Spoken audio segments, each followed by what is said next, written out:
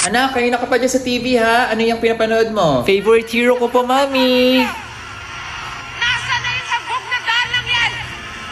Ba't hindi na kayo may pagtanggol ngayon? Darna!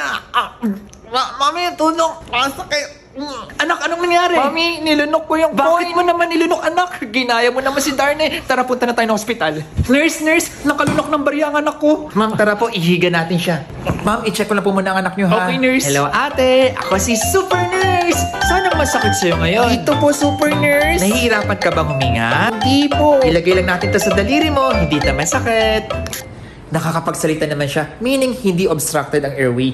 Ma'am, normal po ang vital signs ng anak nyo. Good thing po kasi hindi humarang sa daanan ng hangin ang barya. Kung nagkataon po, napakadelikado na Ay, ito. ganun ba yun, nurse? Kailan po niya nalunok ang barya? Mga 10 minutes ago lang, nurse. Mukhang ginaya niya kasi yung favorite hero niya na si Darna. Okay po, ma'am. Ngayon po ipapa-x-ray natin siya para malaman po natin kung saan nakapwesto ang barya. Sige, nurse. Dok, may pasyente po tayo, 4-year-old female. Nakalunok po ito ng barya, Dok. Negative DOB naman po. Paggawa mo na ang x-ray ngayon, papunta na ako. Noted, Doc. Mrs., ito po ang x-ray na anak nyo. Yung puting bilog po, yan po ang barya na nalunok niya. Sa ngayon po, kailangan natin siyang i-refer sa espesyalista para po matanggal ang barya. Okay po, Dok. Papatulugin po ba siya? Yes po, kailangan po natin siyang patulugin at magpapapirma din kami sa inyo ng consent na nagsasabing pumapayag kayo na tanggalin po ang barya sa lalamunan niya.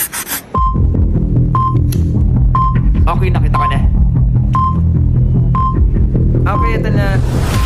5 piso. Mrs., ito na po ang barya na nalunok na anak niyo. Ay, Dok. Salamat po. Mas maganda po talaga na lagi natin ginagabi ng ating mga anak sa kanilang panonood sa television o sa cellphone dahil may posibilidad talaga na magaya nila ang kanilang mga napapanood. Okay po, Dok. Thank you po. Darna!